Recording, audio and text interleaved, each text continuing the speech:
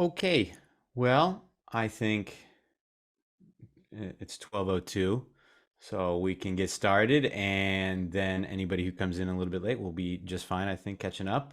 Uh, so let's do that. So hello, everyone. Today we are going to showcase records regarding the 2023 Year of the Trail Initiative. This discussion will explore origins, evolution of the Great Trails state, uh, tourism, and programs to promote health and environment through documents and imagery. All of this from your friendly neighborhood archivists. So let me introduce you to your guides today. We have Catherine Crickmore, reference archivist at the State Archives of North Carolina. She's worked with the Public Services Unit for 3 years, and she assists in visitors in navigating the thousands of records housed at the State Archives, while also co-hosting the ever-popular State Archives Trivia Night. And then we have Shauna Carr, digitization archivist at the archives in the digital access branch of our digital services division. Her branch is all about access. She works with digital records, scanning, documenting, and then putting them online. And then we have Caroline Waller, digital records description archivist in the records description unit. She processes and then describes born digital and digitized government records, most of which are received from state agencies. We've also got Palmer McIntyre. I will introduce her at the end of the program. Finally, I'm John Horan, oral historian at the State Archives, and my job is to help people tell their stories, the stories of the history of North Carolina with their own voices, enriching the record and enlivening our past. And one of the things we all have in common is that we are all regulars, producers, or in my case, the host of the Archives podcast, Connecting the Docs. And it is time for a shameless plug. You should like, listen, rate, subscribe, do all of the fun things for Connecting the Docs. We just started season 4. We have a number of great series that we're showcasing, but one of them is going to feature the Year of the Trail. So if after this presentation you'd like to learn more, stay tuned to Connecting the Docs. So let's dive into learning a little bit about the State Archives. So the Office of Archives and History dates to 1903 with the founding of the North Carolina Historical Commission, which is today part of the Department of Natural and Cultural Resources. The Archives collects and preserves records generated by government agencies, as well as donations from private citizens and organizations. In addition to documents, we collect prints and drawings, photographs, films, and audio recordings, and our collections are vast. The best estimate is that the State Archives preserves over 100 million records, and a staff of 70 manages these and facilitates research. The headquarters is in Raleigh on Jones Street between the Legislative Building and the Governor Mansion, but we also have 2 regional branches. The Western Regional Archives is in Asheville, and the Outer Banks History Center is in Manteo. At all 3 locations, we welcome researchers to investigate the original documents in our search rooms 5 days a week in Raleigh, Tuesday through Friday at 9 to 5, and Saturdays at 9 to 1, and that are in our branches Monday through Friday, 9 to 2. And then together with the State Library, we have a large digital collection and are putting more and more materials online all the time. We also make audiovisual materials available on Flickr and YouTube. With that, I will hand it off to Katie. All right, thank you, John. Yes, I am Katie Crickmore. I work in the Public Services Unit in the search room of the State Archives. And I'd like to kind of begin by giving some background information about the Year of the Trail campaign and how it relates to the State Archives.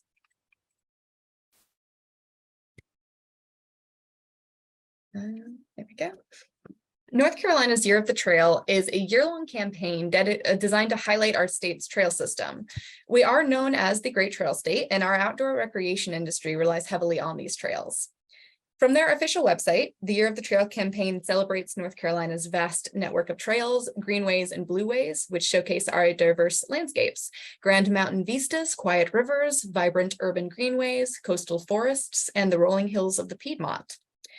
The campaign is being led by the Great Trails State Coalition, which is made up of 79 nonprofits, businesses, government partners, and advisors.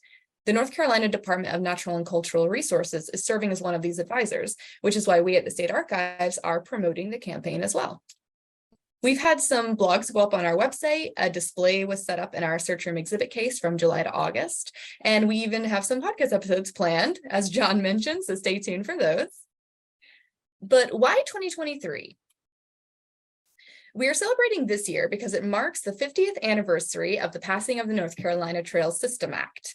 Its full name is House Bill 436, an act to create a scenic and recreation trail system and to provide for the designation, administration, regulation, and acquisition of scenic trails and trail right-of-ways. The passing of this 1973 bill established the North Carolina Trails Program, which is managed by the Division of Parks and Recreation and oversees the creation and maintenance of the North Carolina Trail System. This bill can be found in its entirety at the State Archives within our General Assembly session records. The last slide had the yellow cover of the Trail System Act, and here you can see the first page of it. At the State Archives, we have General Assembly session records ranging from 1709 to 2014, and they include bills, resolutions, petitions, committee reports, and other material related to the work done during each session of the General Assembly. This bill shown here marks the beginning of North Carolina becoming the Great Trails State, so it's one we've been highlighting a lot. But it is just one of the multiple different types of records related to trails and the North Carolina Trails Program that are at the archives. For example, we have photographs, like the two types of photographs shown here. The first is a grouping from our Department of Conservation and Development photos, labeled Hiking in Mountains, Bryson Place, Indian Gap, Smokies, dated 1941. And these photos were created by the Travel Information Division within the Department of Conservation and Development. And they cover a lot of diverse topics, but the particular note are the exceptionally good photographs of wildlife and outdoor activities, including this 1941 hike. We also have photographs from private collections donated directly from individuals. Those are the private photograph collections, and the one shown here is from the Strickland family photograph collection, which contains 319 photographs that belong to Ruth Strickland Bocum. And many of the images are scenic views while the family was on vacation in North Carolina. This one was labeled On the Trail from the 1920s, and it was taken somewhere in the mountains of North Carolina, although we don't know exactly where. Next is our map collection. We have quite a few different types of maps housed at the State Archives, including manuscript maps, reproduced maps, soil and geological surveys, road maps, and some recreation maps like the one you see here. This one is from our Parks and Forests series, and it shows several trails in the Pisgah and Nantahala National Forests in North Carolina, and it's dated 1964. Lastly, I just want to highlight the Parks and Recreation Record Group, especially the Planning and Special Studies section, North Carolina Trails Program Files. This is an unprocessed collection that is dated from 1969 to 1987, and it has a ton of information about the Trails program in its early years. There are lots of interesting things inside, like this Appalachian Trail brochure from, I believe, the 70s, and then this flyer for the Mountains to Sea Trail. One of my colleagues, Caroline, is going to be talking more about this record group later and a few others. So I'll finish up here by going back to the Year of the Trail campaign. The goals on the official website are listed here: to inspire people of all ages, abilities, and backgrounds to try trails, to demonstrate the importance of trails to elected officials, to boost outdoor recreation tourism across the state through Year of the Trail events in all 100 counties, to promote safe and responsible use of trails with the outdoor North Carolina principles, and to advance diversity and inclusion on trails. But the overarching goal is ensuring that each of North Carolina's 100 counties are able to enjoy the proven benefits of trails, including health, safety, economic development, tourism, transportation, and environment. There are events planned across the state to celebrate. You can look for billboards, NPR underwriting, and the website itself, which is greattrailsnc.com. For example, the September theme is goal setting, and October 21st is Great Trail State Day. Also keep an eye out for more Year of the Trail content from the State Archives. We've got a few more releases planned to finish up the year. And now I will turn it over to my colleague, Shauna, who will talk about how a trail becomes a trail.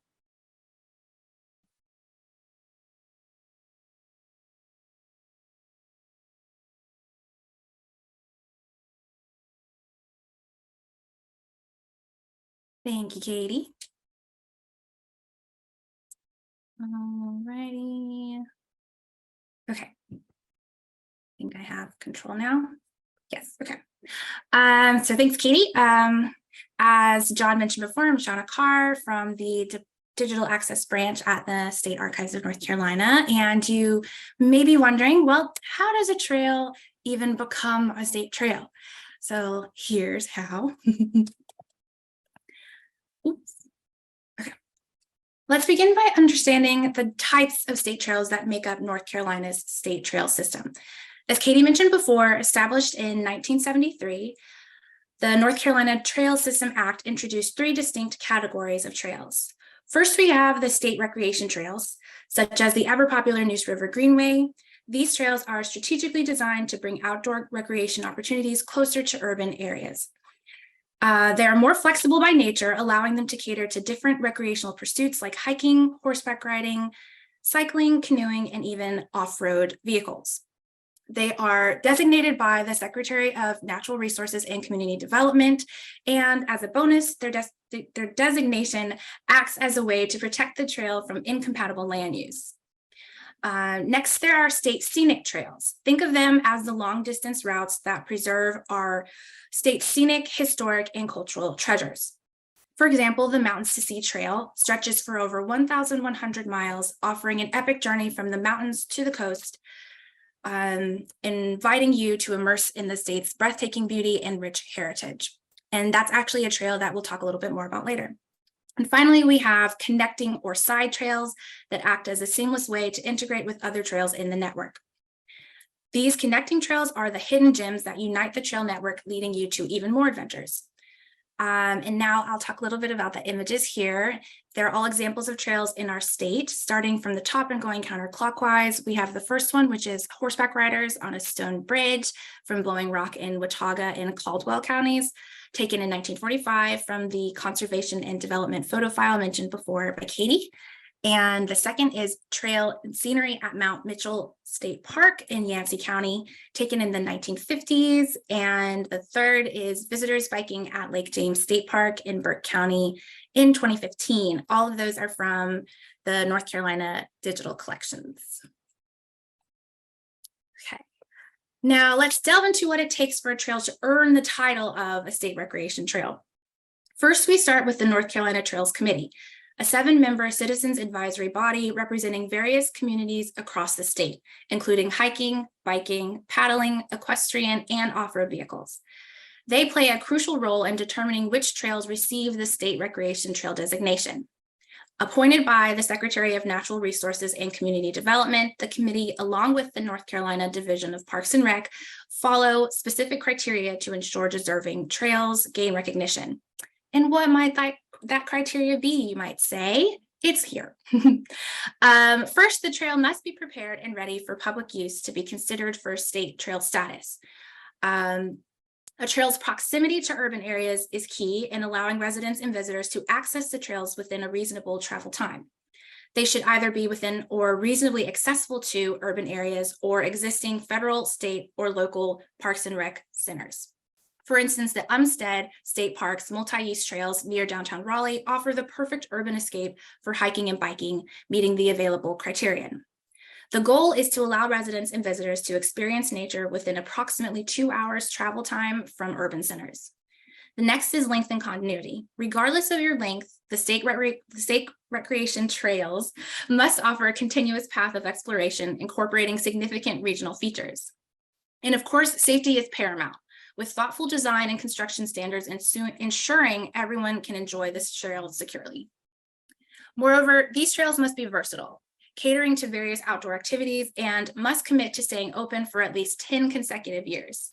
It's not just about accessibility, it's about creating opportunities for everyone to enjoy the outdoors.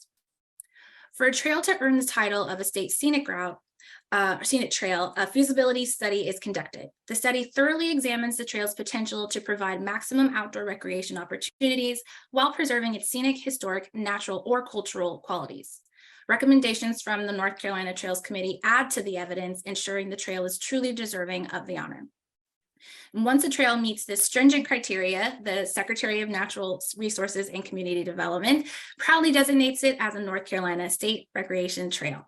The designation brings well-deserved attention to the community where the trail is located, elevates outdoor recreational opportunities, and as mentioned before, it safeguards the trail from incompatible land use.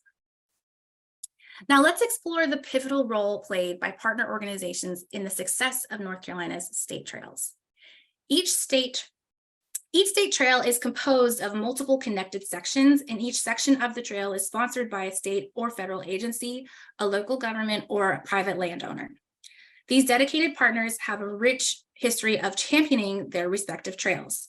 For instance, the Friends of the Mountains to Sea Trail have been instrumental in maintaining and promoting their iconic trail.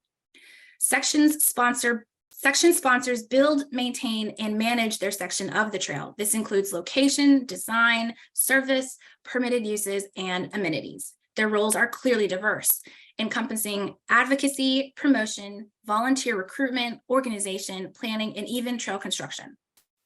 A significant development occurred in 2021 with the establishment of the Complete the Trail Fund.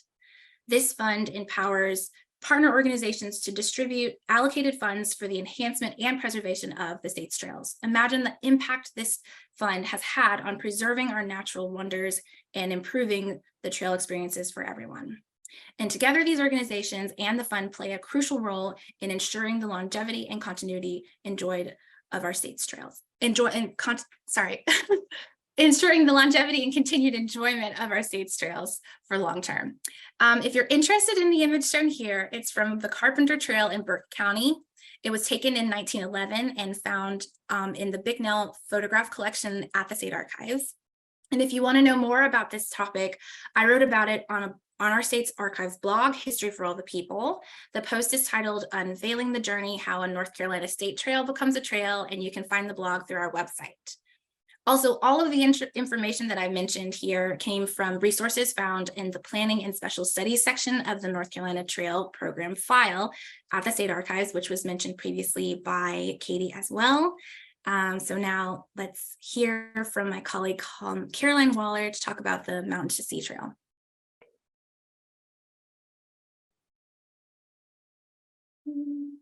Thanks, Shauna. Hold on. All right, I think I have control. So as Shauna just said, my name is Caroline Waller. I am the Digital Records Description Archivist over here in the Government Records section. And over the past couple of months, I have been going through our government records, in particular our state agency records, looking for any materials that are related to trails in our Year of the Trail initiative. And I've really honed in on looking into records that relate to the development of the Mountain to Sea Trail. In these records, not only do they discuss, the creation of trails and how, all the awesome, natural resources that our state has, it also kind of gives you a glimpse into the modernization of state agencies beginning in the mid-1970s.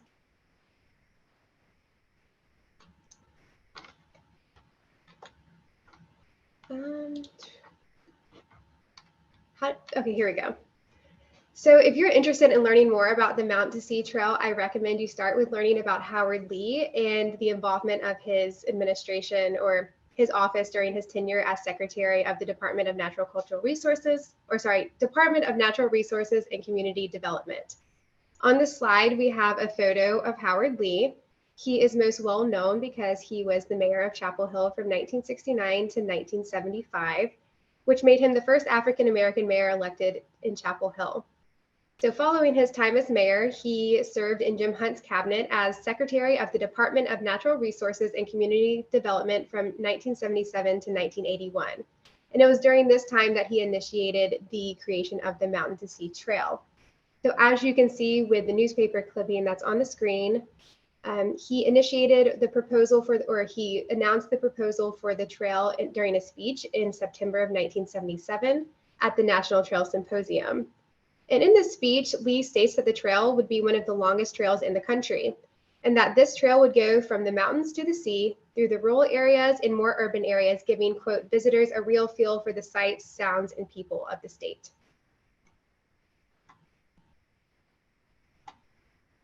And we have a copy of, oops, sorry. There we go. We have a copy of the speech at the archives. On the slide, we have the first page of the speech, which is actually 10 pages long, so there's a lot more content than what's on the screen.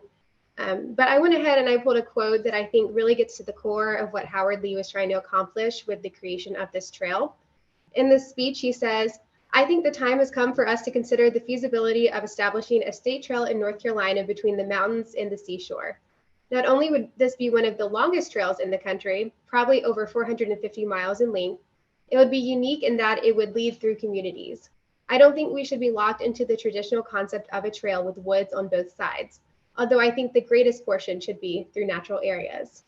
Now, what I find another really interesting part of this speech that speaks a lot to the legacy of this time period, to how we, work with our trail system today, is the legacy of, hold on one sec.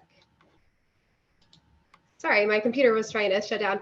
Goes to the legacy of volunteerism with trails. So, for example, in this speech, Howard Lee, he discusses how, quote, trail enthusiasts are going to be, called for trail maintenance. And also he discusses the reliance on private landowners for the creation of this trail. So he also says that private landowners would be asked for easements across their property.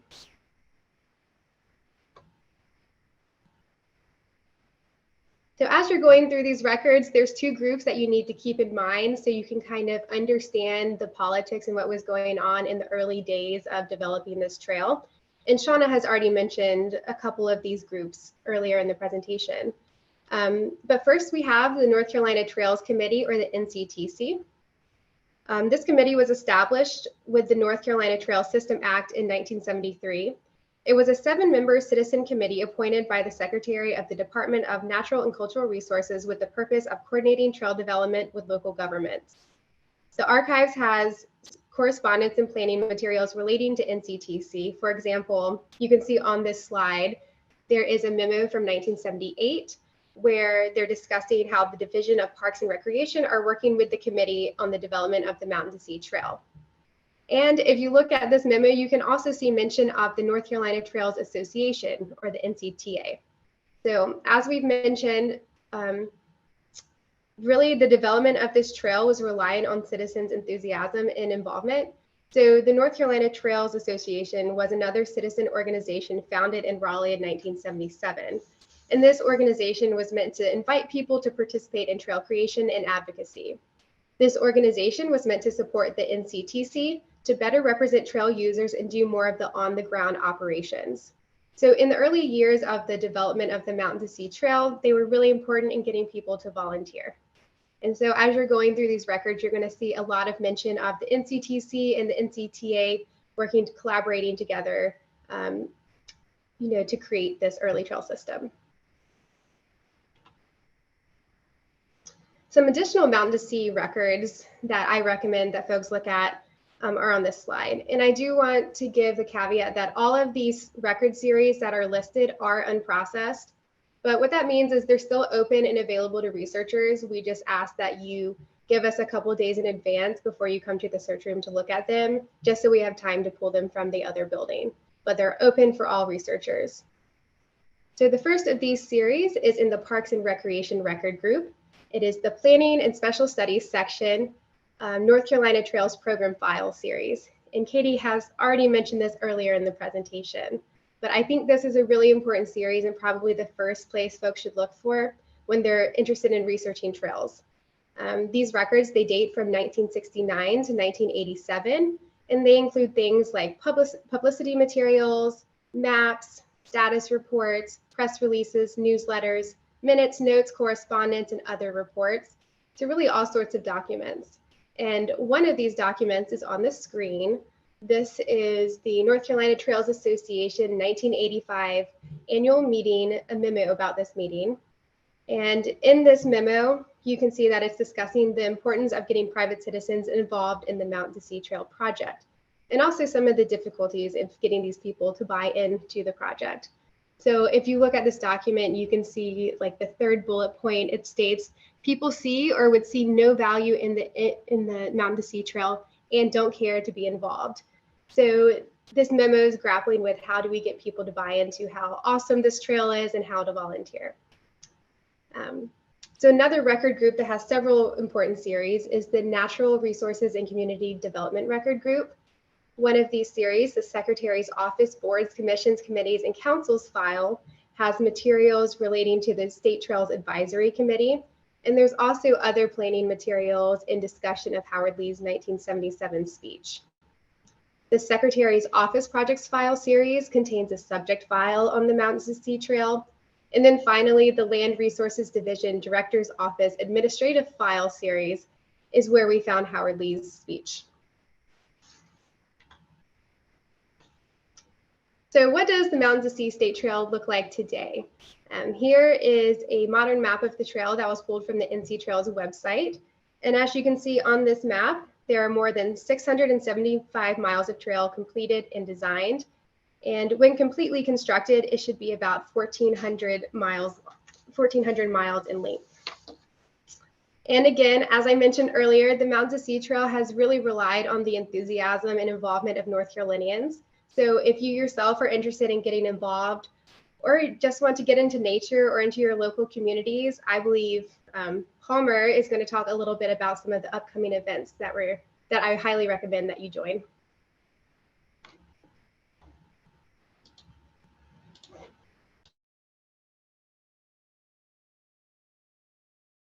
Yes, indeed. We will have time for questions here in a moment, but I did want to introduce Palmer McIntyre with the Year of the Trail and Great Trail States Coalition, and I'll let her go now.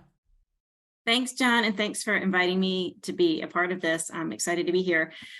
So yeah, Palmer McIntyre, I've been working with the Great Trail State Coalition and the Year of the Trail campaign, and this has been a really interesting presentation. Thank y'all for digging out all of the historical evidence and documentation of the process we're in. And yes, when we did ask the legislature for the designation of Year of the Trail for 2023, it coincided with that 50th anniversary. So that was a cool coincidence.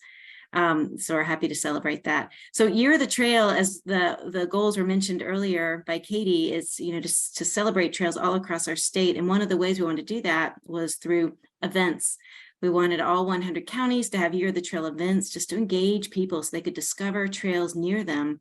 And what's interesting, we're finding, because we're doing evaluations after each event, and these events are locally planned, but we're doing evaluations and we're finding that oftentimes 25% of the people didn't even know about trails in their backyard. So we're seeing a lot of increased awareness about trail resources near everyone's backyard. And so one of the big events coming up is Great Trail State Day. That is October 21st. It's an inaugural holiday just for North Carolina trails. We hope to make it a recurring holiday, but this will be the first. And so we're encouraging everyone across the state. We'd love to see activities, trail activity, if it's personal or organized events in all 100 counties. So we're all on trails at the same time on October 21st, which is really fun and exciting. And there are some really unique events on our website. For instance, in Moore County, there's a glass pine cone scavenger hunt. If you find one of their glass pine cones that are hidden out on their trails on October 21st, you get to keep it. There's also like a Men Moves event in Durham, getting men outside and finding out things about how to be healthy. So there have been so many different kinds of events all year. There's a 1,000-mile challenge going on in Burke County on Great Trail State Day. So lots of events to look for. So we encourage you to go to our website, greattrailsnc.com.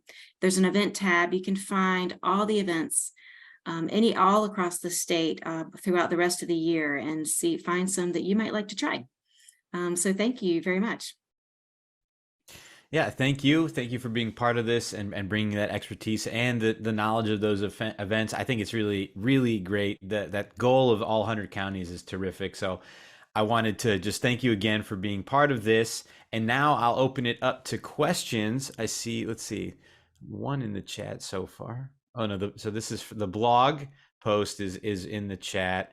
And then here's our contact information. Sorry, Palmer, I did not add yours to this, but I can. I can add it in the chat if that's okay. Perfect. Okay. Otherwise, yeah, we'll see the questions.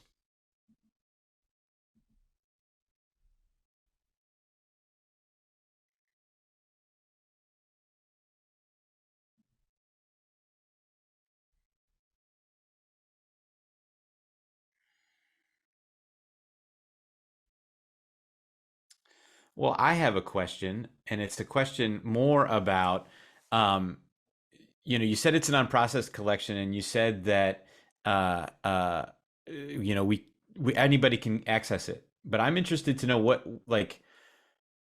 is the difference between an unprocessed and a processed collection? This is an archival question and less a trail question, but it's interesting to me. Right. So, I mean, that answer kind of varies depending on, the state of the records when they came into the archives. So the ones that I looked at for this research project, all of the materials are in folders, but the folders were created by the agency. So when we process the collection, we would probably put them in new folders, acid-free folders, give them new labels. We would put some more in-depth, description in folder level, not necessarily always folder level description, but like box level description into our database so that people can find things a little bit easier. So right now, like say for one of the series, there's 4 large boxes of folders that came in from the agency that haven't really been touched since. So there's still some semblance of order for these records, just not quite to the level that we would ideally have in a process collection. I got it. All right. Sorry, Palmer pointed out that the chat was disabled. It should be fixed. But right now I see from Jim Grody that is there any plan to create a longer term curated collection or display of trail documents?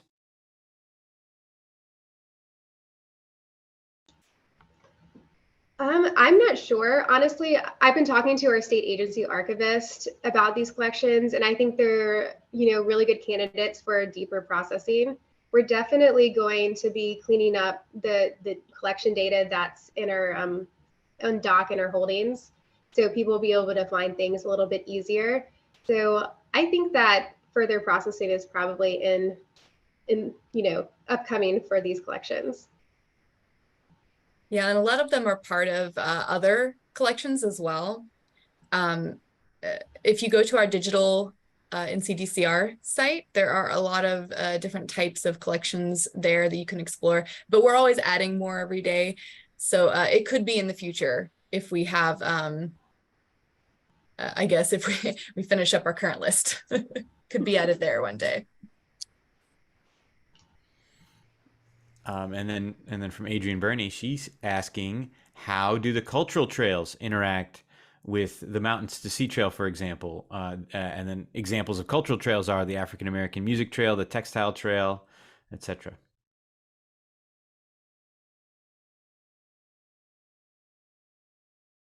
Well, I haven't done as much research into the Mountains to Sea Trails, Caroline, so I don't know if you wanted to address that first. I honestly haven't, visited that part of the Mountains to Sea Trail, so I don't know what it looks like on the ground. I don't know, Shauna, I know you were discussing, never mind, never mind. Go ahead, Katie. Oh no, I was going to just say, sorry, I was looking at the chat.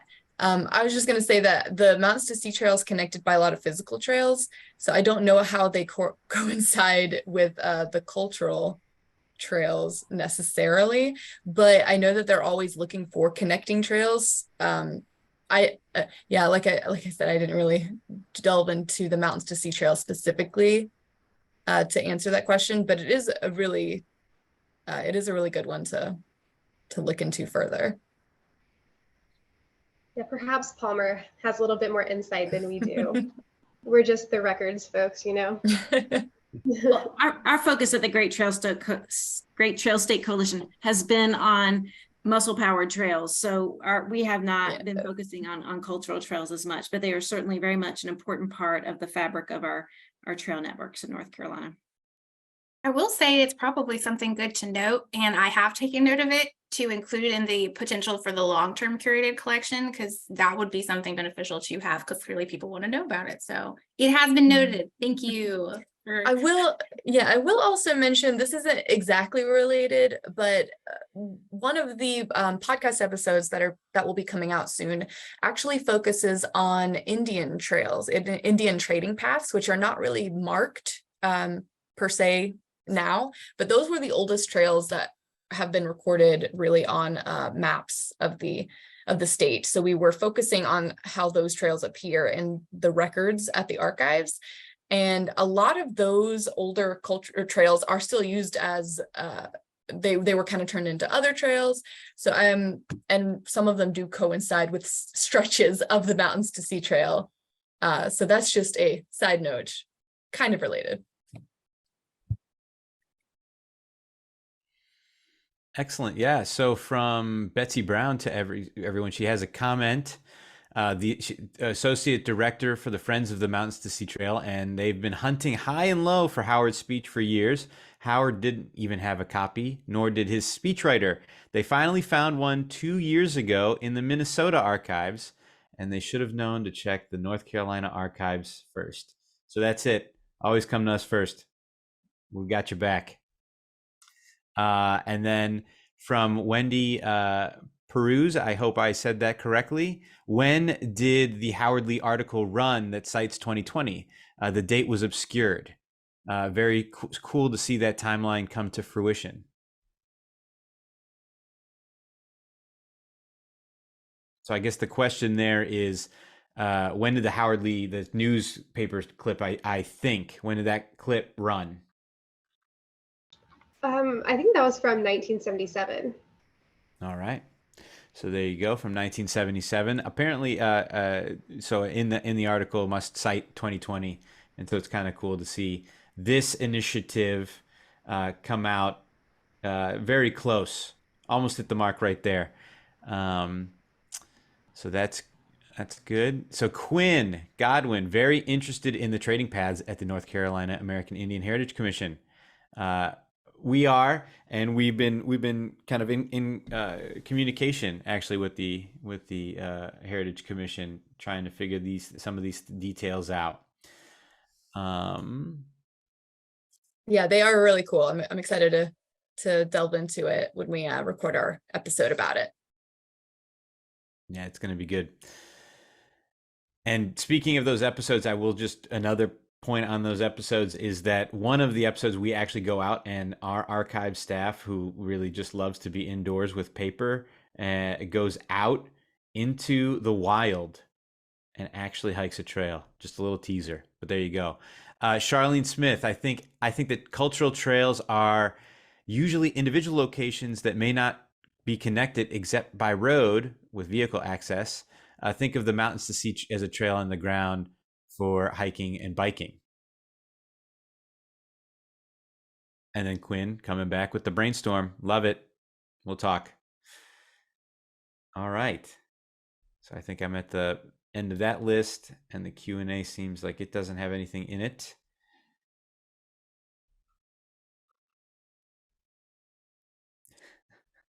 Thanks, Quinn.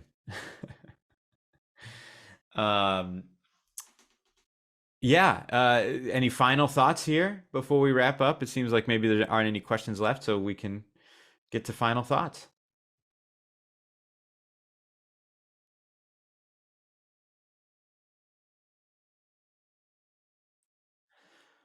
Well, my final thought is that I just think that as being not from North Carolina, I really think that the trails in North Carolina are fantastic. A lot of people want to think of Western states, these wide open states, these massive states, and all these and they're great, they are. But in North Carolina, there's a difference in the curation of the trails, in the maintenance of the trails, and in the accessibility. You don't have to figure out how to get to Wyoming. You can just figure out how to get to the next county over to see something different. It's really that easy. So that's my final thought on the trails here. Yeah, I have a final thought as well. I've really enjoyed the Year of the Trail program so far. Like we mentioned, we've been working on programming here at the State Archives for the year as well, and it's September, so it's winding down a little bit. But one of my favorite parts that I realize is that Year of the Trail makes it sound like a very active out on, you know, just Parks and Rec kind of thing, but it really does intersect with so many different you know, so many offices, not just the archives where we found all these records related to the trail system, but, you know, the state library where we found some resources there, the historic sites where a lot of these trails kind of focus on, or like kind of have those incorporated within the trail system. And there's like so many different ways that the trails themselves kind of intersect within the department as well, that I thought was really cool to notice going through all these programs and records and stuff. And the celebrating doesn't end on December 31st. So, you know, we'll keep going and keep promoting North Carolina as the Great Trail State. So that will be the evergreen brand that lives on, because that's truly what we are. Super excited to celebrate. And we have that reputation of being the good road state. Well, we're going to be the Great Trail State. Nice. Excellent. That's a great spot to end on, unless somebody else has any other final thoughts. No? All right. Well, I appreciate everybody's time coming out and joining us on this Lunch and Learn webinar series here. And I want to thank all of the panelists, Caroline Waller, Katie Crickmore, Shauna Carr, and Palmer McIntyre, for joining me as we wind and weave through these trails. And like Palmer said, it's not over. Just because it's a year, it doesn't mean it's over. Get out there and enjoy some events. Thank you.